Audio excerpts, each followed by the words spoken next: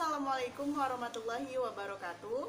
Hai, perkenalkan nama saya Ayu Nawang Apriliana dengan nomor NIM 121040434 dari program studi Hukum Ekonomi Syariah, Fakultas Syariah, Institut Agama Islam Negeri Pontianak.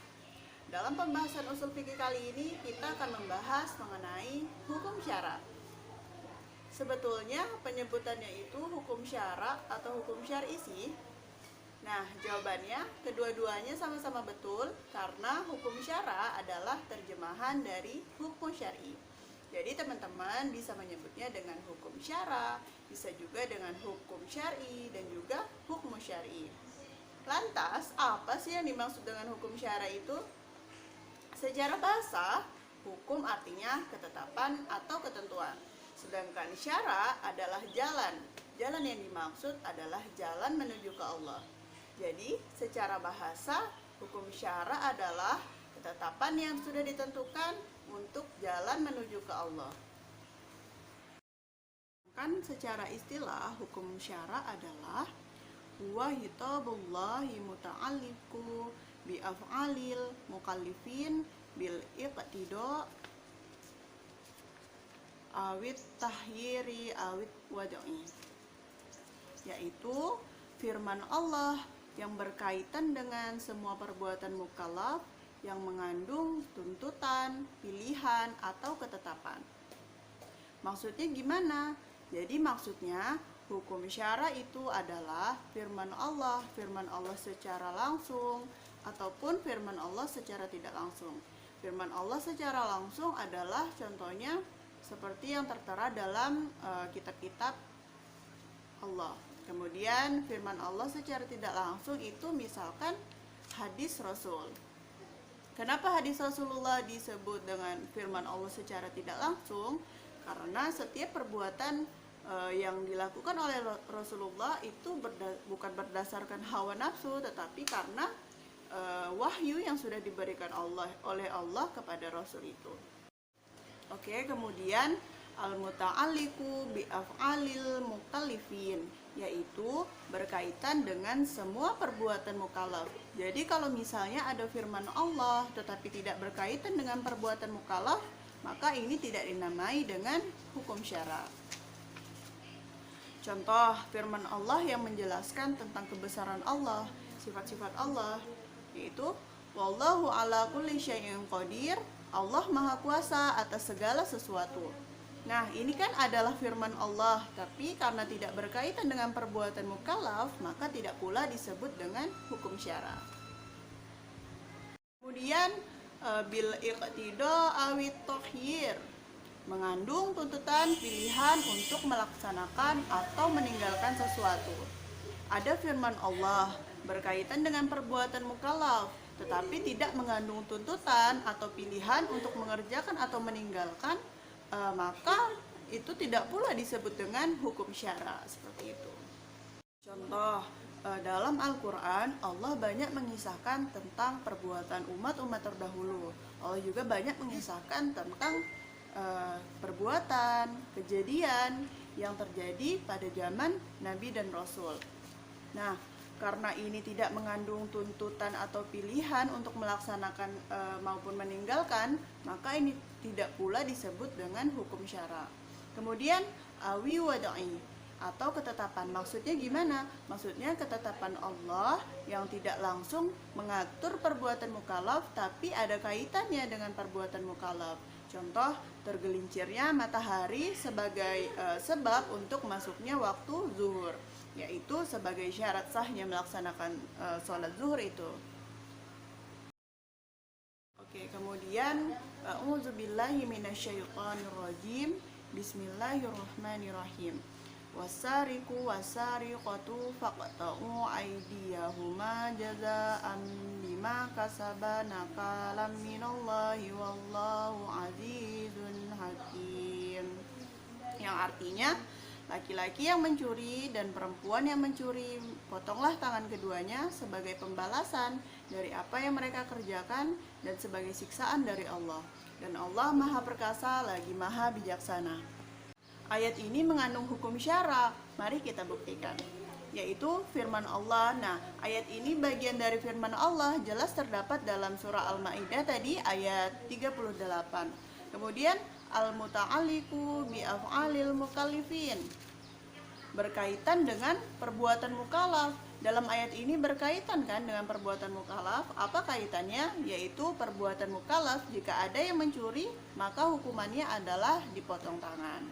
Kemudian iftida awit tohir, mengandung tuntutan untuk melaksanakan atau meninggalkan sesuatu. Nah, dari ayat ini yang dituntut apa? Yang dituntut adalah pelaksanaan. Pelaksanaan apa? Pelaksanaan potong tangan itu tadi. Kemudian dalam hukum syara adalah awi wada'i, ataupun ketentuan. Ketentuan di sini apa? Yaitu penyebab. Yaitu ketentuan mencuri sebab berlakunya potong tangan itu tadi. Seperti itu. Kemudian teman-teman, dalam hukum syara ini terdapat dua pendapat. Pendapat yang pertama yaitu dari ushuliyun, yaitu di mana ahli usul fikih menyebutkan bahwa yang dimaksud dengan hukum syara itu adalah firman Allah dari ayatnya. Tetapi dalam pendapat menurut fuqaha, yang dimaksud dengan hukum syara itu adalah kandungan firman Allah. Jadi kandungan yang terdapat dalam ayatnya. Kemudian di sini ada pembagian hukum syara, terbagi menjadi dua, yaitu taklifi dan wad'i. Yang pertama taklifi. Taklifi itu apa? Yaitu ketentuan Allah yang berbentuk pilihan ataupun tuntutan. Isinya menurut pendapat ulama ialah ada 5 macam. Yang pertama ada ijab atau yang biasa kita sebut dengan wajib, kemudian nab atau sunnah, karahah atau makruh, kemudian tahrim atau haram, dan ibahah atau mubah. Tapi kalau menurut Imam Hanafi itu membagi lagi antara wajib dengan fardu. Bedanya yaitu terletak dari sumbernya. Kalau yang wajib itu bersumber dari zani atau hadis yang hasad, kalau fardu itu bersumber dari qadhi, yaitu Al-Quran, hadis yang mutawatir. Contoh misalkan, kalau menurut zani, kalau membaca Al-Fatihah dalam sholat itu termasuk fardunya sholat. Tetapi kalau dalam Imam Hanafi, membaca Al-Fatihah itu adalah wajib. Karena kenapa? Karena membaca Al-Fatihah dalam sholat itu bersumber dari hadis yang tidak mutawatir. Kemudian fardu dalam Imam Hanafi itu apa? Fardunya adalah membaca satu ayat dari Al-Quran. Jadi kalau menurut Imam Hanafi, ketika sholat itu harus membaca Al-Fatihah karena bagian dari wajib, tapi harus mengerjakan fardu. Jadi fardunya apa ya? Fardunya tadi membaca ayat apapun yang ada di dalam Al-Quran, karena itu bagian dari fardu. Jika ditinggalkan maka batallah sholat itu. Tapi kalau wajib yang ditinggalkan maka sholat tidak batal. Seperti itu. Kemudian Imam Hanafi juga membagi antara karahah tanzih dan karahah tahrim. Apa bedanya?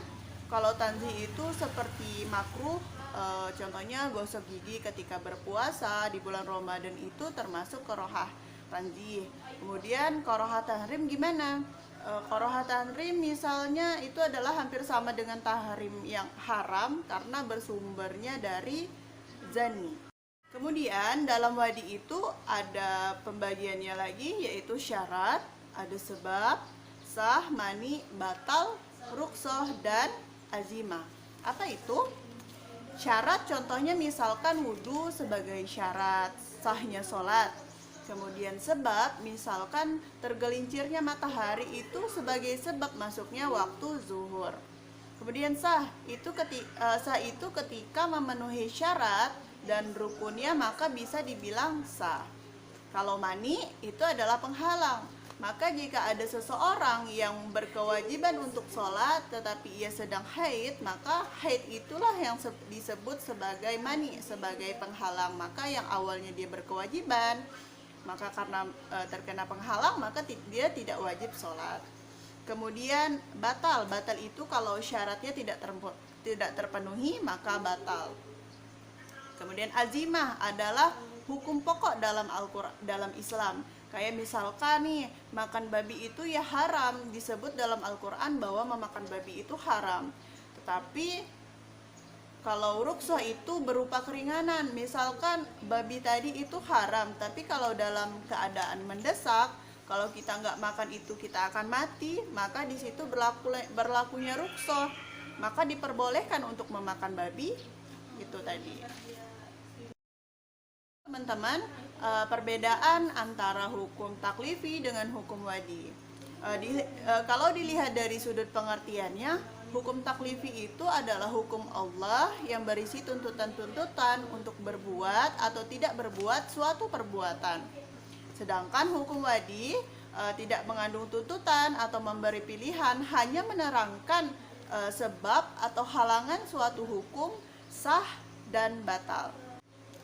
Dan jika dilihat dari sudut kemampuan mukallaf untuk memikulnya, hukum taklifi itu selalu dalam kesanggupan mukallaf, baik dalam mengerjakan ataupun meninggalkannya. Sedangkan hukum wadi kadang-kadang dapat dikerjakan atau disanggupi oleh mukallaf dan kadang-kadang tidak. Selanjutnya, pembagian wajib ditinjau dari waktu pelaksanaannya. Ada wajib mutalak dan ada wajib muqayyad. Apa bedanya? Yaitu kalau wajib mutalak pelaksanaannya bisa kapan saja. Contoh, mengkodok puasa. Hal ini termasuk wajib tapi tidak ditentukan dalam waktu yang tertentu. Jadi kita bisa mengkodok puasa Ramadan kita kapan saja, seperti itu. Kemudian wajib muqayyad yang dalam pelaksanaannya itu terikat waktu. Seperti sholat itu kan tidak bisa dilakukan kapan saja, tetapi sholat itu hanya bisa dilakukan pada waktu yang sudah ditentukan. Misalkan sholat zuhur ya dilaksanakan pada waktu sholat zuhur, tidak bisa dilakukan pada malam hari. Kemudian wajib yang ditinjau dari orang yang dituntut untuk melaksanakannya. Ada dua. Yang pertama yaitu wajib aini dan wajib kafani, atau biasa kita sebut dengan fardu ain dan fardu kifayah. Kemudian wajib dilihat dari segi jumlah atau kadar perbuatan yang dituntut. Terbagi lagi menjadi dua macam, ada muhaddad dan ghair muhaddad. Muhaddad ini berarti jumlahnya sudah ditentukan, misalnya jumlah rakaat dalam sholat, kemudian jumlah kita mengeluarkan zakat, itu kan sudah ditentukan. Jadi rakaat sholat dan kewajiban zakat itu adalah termasuk ke dalam wajib muhaddad. Kemudian ghair muhaddad, tidak ditentukan besarannya. Misalkan memberi nafkah kepada kerabat, itu kan wajib, tetapi tidak ditentukan berapa besarannya, itu berapa gitu. Kemudian wajib dilihat dari segi tertentu atau tidak tertentunya perbuatan yang dituntut. Ada pembagiannya ada dua, yaitu muayyan dan juga muhayyar. Wajib muayyan seperti kewajiban sholat ya sudah ditentukan, itu tidak dapat diganti dengan hal yang lain. Sholat ya harus sholat. Tapi kalau muhayyar maksudnya adalah kewajiban yang ada pilihan atau ada opsi lain. Jadi tidak harus melaksanakan kewajiban itu. Misalkan dalam pelaksanaan sholat sumpah, itu bisa diganti dengan memerdekakan hamba sahaya, bisa juga memberikan sedekah kepada fakir miskin. Jadi kalau muayyan itu bisa memilih atau ada opsinya, kalau muayyan itu sudah ditentukan. Kemudian teman-teman, sunnah terbagi menjadi dua macam, yaitu sunnah muakkad dan sunnah ghair muakkad. Apa itu sunnah muakkad? Sunnah muakkad itu adalah sunnah yang dikuatkan. Maksud dikuatkan itu adalah Rasulullah jarang sekali meninggalkannya, seperti sholat duha. Kemudian kalau sunnah ghair muakkad itu kadang-kadang Rasulullah ada meninggalkannya juga, seperti itu. Kemudian ada macam-macam haram, yaitu ada haram li dzatihi, ada juga haram li ghairihi. Li dzatihi itu ialah dari zatnya sendiri, misalkan daging babi itu haram. Kemudian li ghairihi itu adalah haram yang disebabkan oleh sebab lain, misalkan secara zatnya dia halal tapi karena sebab lain, misalnya cara pengolahannya atau cara memakainya yang membuatnya sesuatu itu menjadi haram. yang terakhir ada macam-macam makruh, terbagi menjadi dua macam, yaitu ada makruh tahrim dan juga ada makruh tanzih.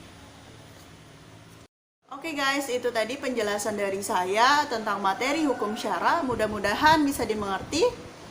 Saya akhiri. Wassalamualaikum warahmatullahi wabarakatuh. See you next time.